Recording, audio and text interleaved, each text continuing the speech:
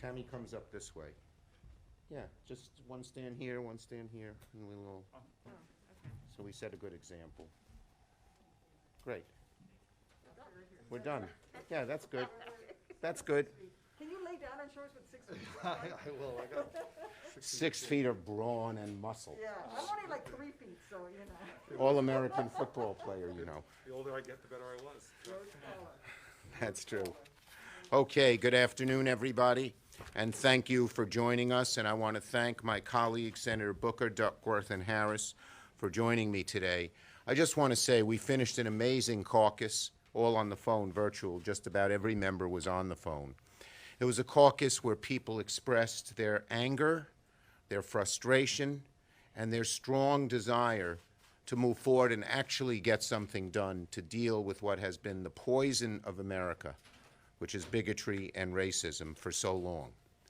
And we heard amazing presentations that brought people to tears by Corey and Kamala about how they had, what they had experienced, particularly in their younger days, but it lived with them throughout their lives to this day. And it's very important for people to hear those stories, because they're what just about every person of color experiences in their lives on a regular basis in many different facets, some of which you couldn't even expect to happen, which is part of what you both said. It was beautiful. And so it motivates us. And it's very difficult to express that moment that we're in today. We face an unprecedented health crisis, an economic emergency, 100,000 people killed, 40 million unemployed. But now, on top of that, President Trump is fanning the flames of the third crisis that is engulfing our country. The horrific killing of George Floyd, seen by millions of Americans, forced us all to confront the pervasive racism too many of our fellow citizens experience every single day. George Floyd's killing spurred justified and overwhelming peaceful protests across the country. Americans are frustrated. Americans are angry. And it gives you some hope, particularly to see so many young people who haven't at all given up on America. They want to change America for the better. It's great. How can anyone not want this change? Millions of Americans, every race and background, are demanding change. And yesterday, people peacefully demonstrating in a public park, expressing their First Amendment constitutional rights, were met with a hail of rubber bullets and a cloud of tear gas. All so President Trump could have a photo op in front of a church. President Trump doesn't care about justice or law and order. He cares only about his own politics and his own ego.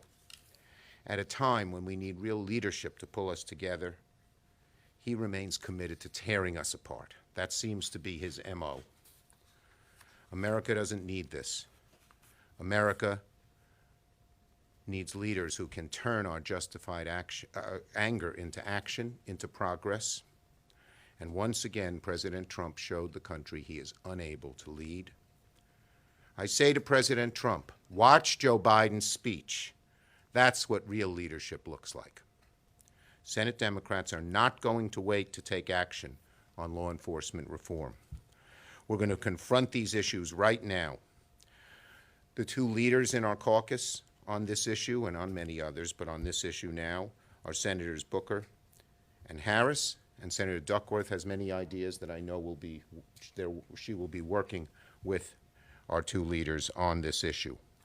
We're going to listen to experts and our constituents who face these challenges on a daily basis, and we will put together a strong, bold legislative package very soon under the guidance and leadership of the people here. Once again, I am calling on Senator McConnell to commit to putting law enforcement reform legislation on the floor before July 4th. Right now, he's busy rushing to confirm right-wing judges. His crony from Kentucky stands against everything that we need in America. At a time when we need unity, McConnell's pushing a judge to the second highest court in the land who thwarts voting rights, who thwarts civil rights, who thwarts the very things we need. And he's doing everything he can, McConnell is, so Donald Trump doesn't fire off a mean tweet in his direction. At their press conference, McConnell said, "We'll take a look at criminal justice reform." He said he would take a look right after there were shootings at doing something about background checks, and he never did. We hope his take a look is not duck, but we're afraid past experience shows that it is. But we're going to keep pushing him and pushing him, because we cannot allow the immediate needs of the American people to wait for Senator McConnell and Senate Republicans to act. A divided nation cannot wait for healing, for solutions. And we cannot stay silent and not answer. We must answer the president for what he did last night, and that's why in about an hour and a half we will be putting on the floor a unanimous consent resolution condemning the president's actions that has the support of every single member of our Democratic caucus. This resolution condemns the president for what he did. I know that the overwhelming majority of Americans will agree with us. The resolution says that the constitutional rights of Americans to peaceably assemble, exercise freedom of speech, and petition the government for redress of grievances must be respected. That violence and looting are unlawful, unacceptable, and contrary to the purpose of peaceful protest, and that the Congress condemns the President of the United States for ordering federal officers to use gas and rubber bullets against Americans who were peacefully protesting in Lafayette Square in Washington, D.C. on the night of June 1st, thereby violating the constitutional rights of those peaceful protesters. We will not allow the president to take away the First Amendment rights of Americans. Senate Republicans should stand with us, stand with the American people, stand with the Constitution, stand with unifying us, not dividing us. They should support our resolution. I say to Senate Republicans, stop being afraid of what President Trump might tweet about you and support the resolution. Senator Booker.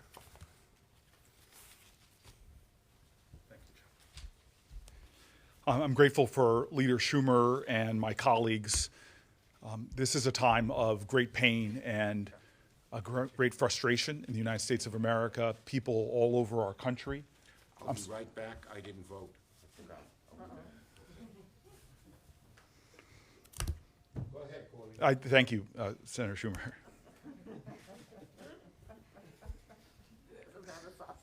This is how the sausage gets made. It really is. I think a lot of Americans, most Americans, feel horrified and outraged by the brokenness of our criminal justice system. And to watch a police officer murder someone on live TV sitting on their neck, knee on the neck for 8 minutes and 46 seconds. But this happened also in the context of Ahmaud Arbery, murdered while jogging through his community. It happens in the context of Breonna Taylor, murdered while sleeping in her own home by police unannounced, barged in, and began that confrontation. It's in the context of other incidences like we saw in Central Park, where someone threatens to call the police on an African-American man. For so many Americans, this is not a tough week or a tough few weeks. This is the story of life every single day. And we have so many people in our country, African-American men, mostly unarmed, being murdered by police officers and no way of holding them accountable. And so the challenge we face in this body is, what are we going to do? Because that is the question that protesters are demanding. What will change? Will we be a society that is racked and spasmed by protest and demonstration every so often, when videotape captures what is a regular part of our culture and our nation and splays it out on national TV that enrages a population, understandably so, where there are protests. And so I'm proud to be a part of a caucus that is offering a way forward. Senator Harris and I have partnered to lead our caucus in a larger, comprehensive piece of legislation, which takes into the work of our Congressional Black Caucus, which has been working on these issues for many, many years, if not decades. It takes into incorporation so many of the ideas from our colleagues and puts forth a larger vision. She and I, other Senate colleagues, will be unveiling that in the days to come. But this has got to be a time where we understand that the work still demands. We are a nation that, as one of our great historians and great figures, W.B. Du Bois, said that the problem of the 20th century is the problem of the color line. Well, here we are in the early stages of the 21st century, and we did not solve that problem in the last one. That color line now divides what kind of educational outcomes you will have for too many Americans. It divides between what kind of environment, air you will breathe, with environmental justice still being determined by race. It divides what kind of health care you may receive, the economy you may enjoy, the criminal justice system you will encounter. And like far greater leaders who martyred themselves to change that reality, to make this a nation with equal justice under the law, with liberty and justice for all, of all backgrounds, from those heroes like Goodman, Cheney, and Schwerner, black, white, Christian, Jewish, joining together to fight to erase that savage line in our nation. We still have work to do, and that means that we must, like those civil rights marchers who gathered here in this city demanding legislative changing, demanding federal change, like the 1964 Civil Rights Act, the 1965 Voting Rights Act, the 1968 Fair Housing Act. Those were to do the work of racial justice and equality in our country. Well, we now must act on policing. I want to finally say, because we are indeed calling unanimous consent on the issue of what happened yesterday, and I have to simply say I grew up understanding the debt I owe to this city. I was born in Washington, D.C. Two black parents who came from historically black colleges. And this was the city of opportunity. They met here, they married here, and it was activists, black and white, in this city that got companies to hire blacks for the first time. Because of activists in Washington, D.C., my father became the first black person hired by IBM as a salesman in this region. And I'm going to add to that this was a tumultuous time. It was the 1960s. And in this city, we had peaceful gatherings, perhaps the greatest of all time. My mom was working in D.C. public schools and took the summer to help organize the March on Washington. I'm here because of those marches. I'm here because of those protests. And last night, I felt a sense of embarrassment because I can't pay them back. I got to pay it forward. And my embarrassment came is that I wasn't there in that park. Because I can imagine what would have happened in America if a president during the greatest march of that era, the March on Washington, had decided that they wanted to parade in the public for a photo op, and upon those peaceful assembled protesters on the Washington Mall to hear one of the greatest speeches of all times, what would have happened if they came out upon those peaceful gatherers with tear gas, rubber bullets, horses marching against those protesters? I'm embarrassed that I was 2 miles from that park and I did not get there to stand with those protesters. Well, I'll tell you what, Donald Trump, every member of this co-equal body should condemn what this president did, trampling upon the most sacred right of this nation to assemble, to petition, to protest. What this president did was to make a mockery of our civil rights. I say ours. I was not there in that park, but every one of us should wish we were there. And I'm telling you right now, if Donald Trump wants to gas someone next time, start right here. If he wants to shoot somebody with our federal officials with rubber bullets, start right here. If he wants to trample them with horses while they peacefully assemble, come to this body. Because what he did to those Americans in that square yesterday, he did to all of us. Shame on him to stand and hold up the Bible of our faith, of a man who understood humility, our Savior, who stood up against power misuse, who stood up against every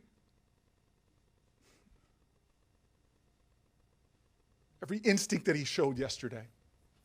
And so today, the least we can do as a body is not to remain silent. That is shame. But to speak out against it.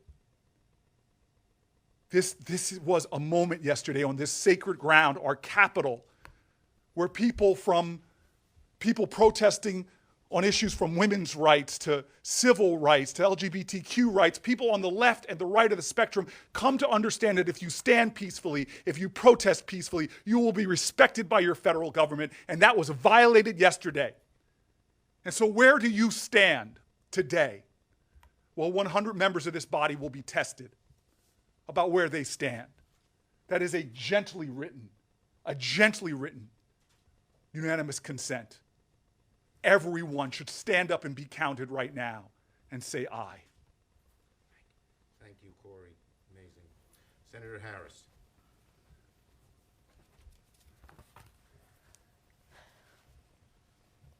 My sister. My brother. Well, Senator Booker said it. In the last couple of days, I've been saying America is raw right now. Her wounds are exposed.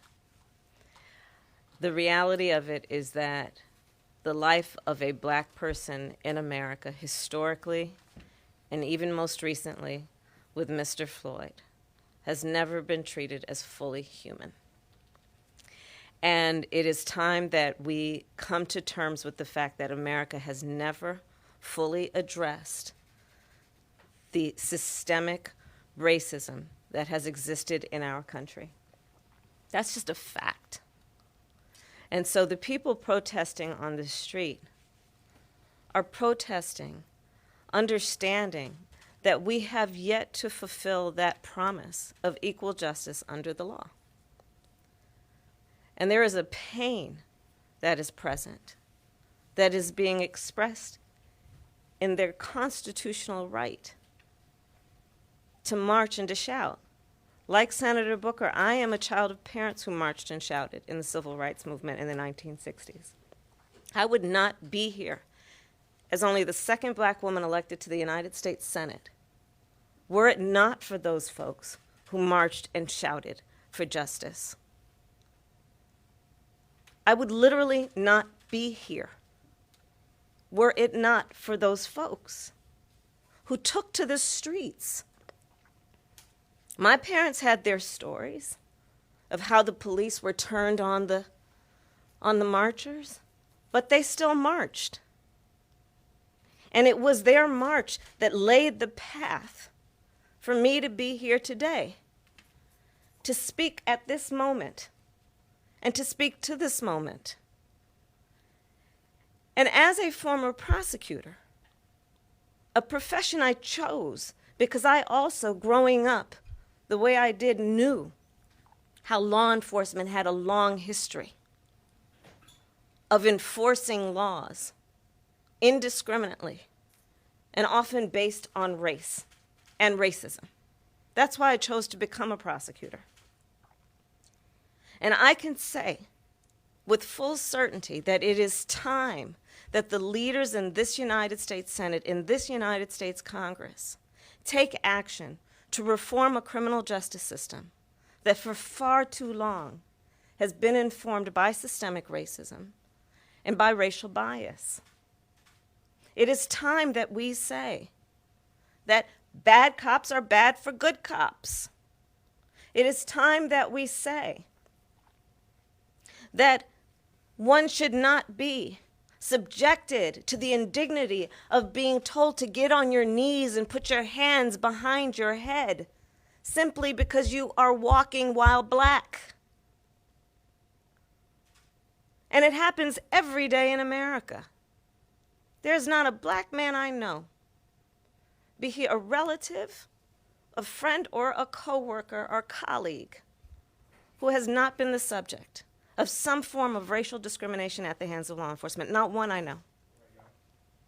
And I am talking about people at every level of life, including people who graduated Harvard and Stanford and you name it. And the only thing that is common among them is that the color of their skin is black. That's why the people are marching in the streets. And the reality is that racism in America is bad for everyone. Racism is bad for everyone. Racism against black folks and Latinos and Asians and our Native brothers and sisters, it's bad for everyone. So this is a moment in time where we have to address this. And we have to address it, sadly, in the context of a pandemic that has also laid bare longstanding disparities in our public health system, in our education system, in our economy based on race. This is happening at a moment in time where we have a so-called commander-in-chief who also has the title of President of the United States, who I promise you will never speak the words Black Lives Matter.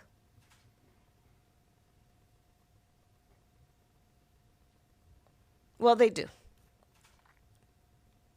So this is a moment in time where this co-equal branch of government has a responsibility to stand for the principles of those words that are etched in that marble building across the street, equal justice under law.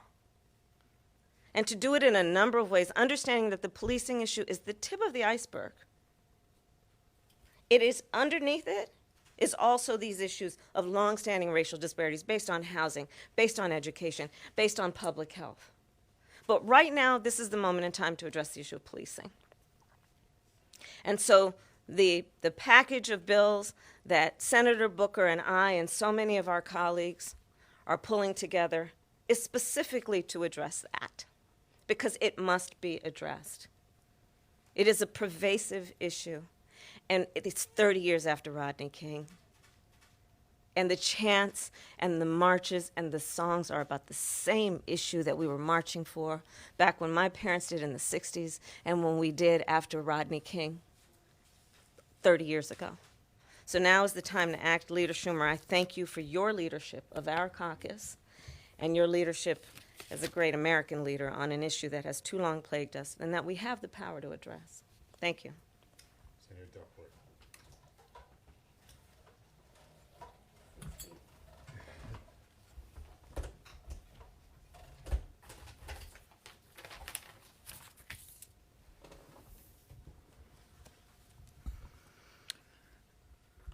I hold the Senate seat that was once occupied by the first African-American woman elected to the United States Senate. My Senate seat is also the one held by the senator who eventually became the first black president of these United States. About 4 years ago, I began writing a piece of legislation during the Laquan McDonald incident on police reform. And I did it with the help of Lori Lightfoot, who is now the city of Chicago's mayor.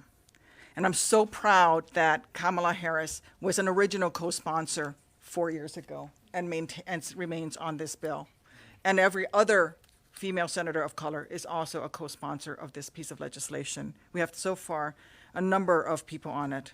I'm so proud that when I started the Environmental Justice Caucus, Cory Booker became my co-chair. These issues are exactly that. They're more than about policing. It's about the systematic bias that exists in our country at all levels. When I watched on TV, when I saw George Floyd say, "I can't breathe," and then when he called up mama, it destroyed me because I was with my 2 daughters at the time. As a mom, you have no idea what that did to see someone crying, choking, pleading for their life underneath the knee of someone who was sworn to protect and serve. And that with his last dying breath, Mr. Floyd called out for his mom, who had died 2 years before. I am here as a woman of color, not as a black woman, but as a woman of color, but more importantly, as an ally. Because I know that I have the privilege that I will never have to sit down with my 2 little girls and teach them how to de-escalate conflict with law enforcement. Instead, I teach my girls, if you are in trouble, run for someone in uniform.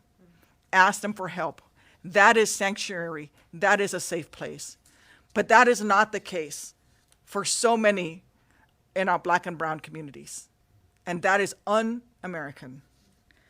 And then last night, I watched as President Trump, having gassed peaceful protesters just so he could do this photo op, then he went on to tear gas priests who were helping protesters in Lafayette Park.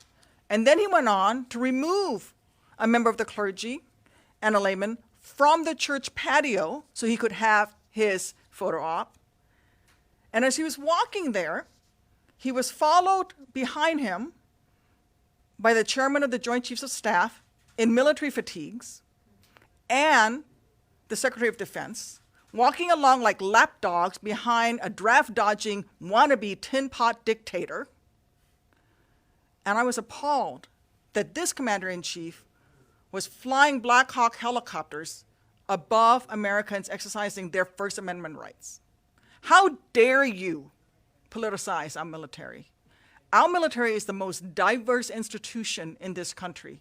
Our military is one of the final places where Americans have nothing but greatest respect. How dare you pervert the honor of our military by threatening to use them against their fellow Americans? I am sickened to the core by this man. And so I am so proud that my little piece of legislation will be incorporated, some parts of it will be incorporated into the larger legislation.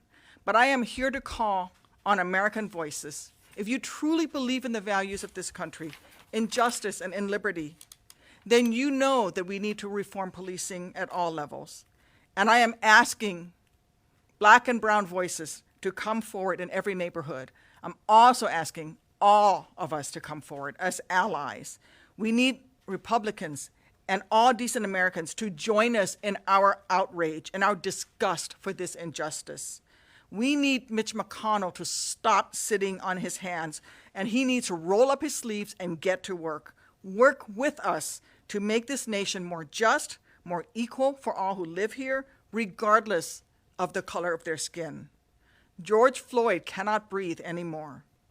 So it is on the rest of us who are lucky enough to be able to still take our breath, to use our voices, to speak with every breath that we take from now on, to fight against injustice and fight for the justice that he was robbed on that street in Minneapolis last week. Thank you.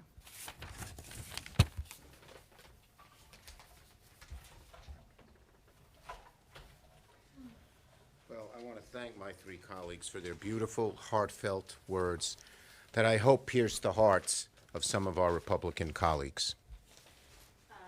Leader Schumer, one question about policy and then one about the president. In the past, some of your swing state Democratic colleagues have resisted police accountability legislation because they feared that it wouldn't go over well with some of their law and order voters. Do you sense that there is a shift now and that the party would be On united? our call today, there was from people of every different political persuasion and geography voiced a deep concern that we do something strong and real. And then on the president, after the events of last night, a number of your Democratic colleagues described the president as an autocrat, a tyrant, dictator, Senator Harris. She said it right, I heard Tammy. it. Would-be tin pot dictator. So, He will take his power as far as he can get away with, even if it undoes large parts of our democracy. That's what I believe about him. So do you believe that the nation is headed towards a dictatorship? Look, we have checks and balances, we have us, but we're asking all Americans of every political persuasion, race, creed, color, and party to fight his abuse of power, his taking away the rights of citizens. And if past his prologue, he will fail, but only if we stand up. On that point, about the strong words you've used against this president and names you've used, dictator, etc., is that productive? Are you just stooping to his level? You got to call it for what it is. We're not. He just gratuitously attacks people with no basis in fact. We're responding to one of the most horrible displays of presidential overreach, of presidential deprivation of power, of presidential un-Americanism that there is. It requires strong language. What's your sense of timing on a broader legislative package? When can we expect to? Together, Corey and Kamala and Tammy and the others who are working on it, and we're all working together as a caucus, which is great, want to move fairly quickly. And I've called on McConnell to bring something to the legislature, bring something to the Senate floor on criminal justice in June. What do you think needs to be done with the looting that's happening? Should the National Guard be Well, utilized? look, as we said, we condemn the violence everywhere, but there wasn't violence in Lafayette Square Park. What about elsewhere around the country that New Well, York last again, night, for example? again, New York City? we have, every one of us has condemned the violence wherever it occurs. But we want to make sure that the enforcement against that violence is equal. There are 5,000 people who were arrested for violence in the demonstrations. There are 4 police officers who were involved in the murder of Floyd. Only 1 has been arrested. That's the unequal enforcement of the law that is bothering so many people in a very real way. Last question. Commissioner, on the next round of coronavirus relief legislation, a number of your Republican Senate colleagues say that they don't think another round of $1,200 rebate checks is a good use of money. It should be a lower priority. What do you think about that? I think we need a big, strong, bold bill. I support COVID for, the CARES bill. Yeah, that's part of it. You support another round of rebate checks? Yes. Why do you think that Leader McConnell was so vague today when we I asked think him they're all about- afraid of President Trump, and they're not living up to their responsibilities as senators or as American citizens. And it's really so sad, so sad that they don't, even in this instance, don't have the strength of character and conviction and belief in the American ideal to say something. They're just scared to death of this president. Thank you, everybody.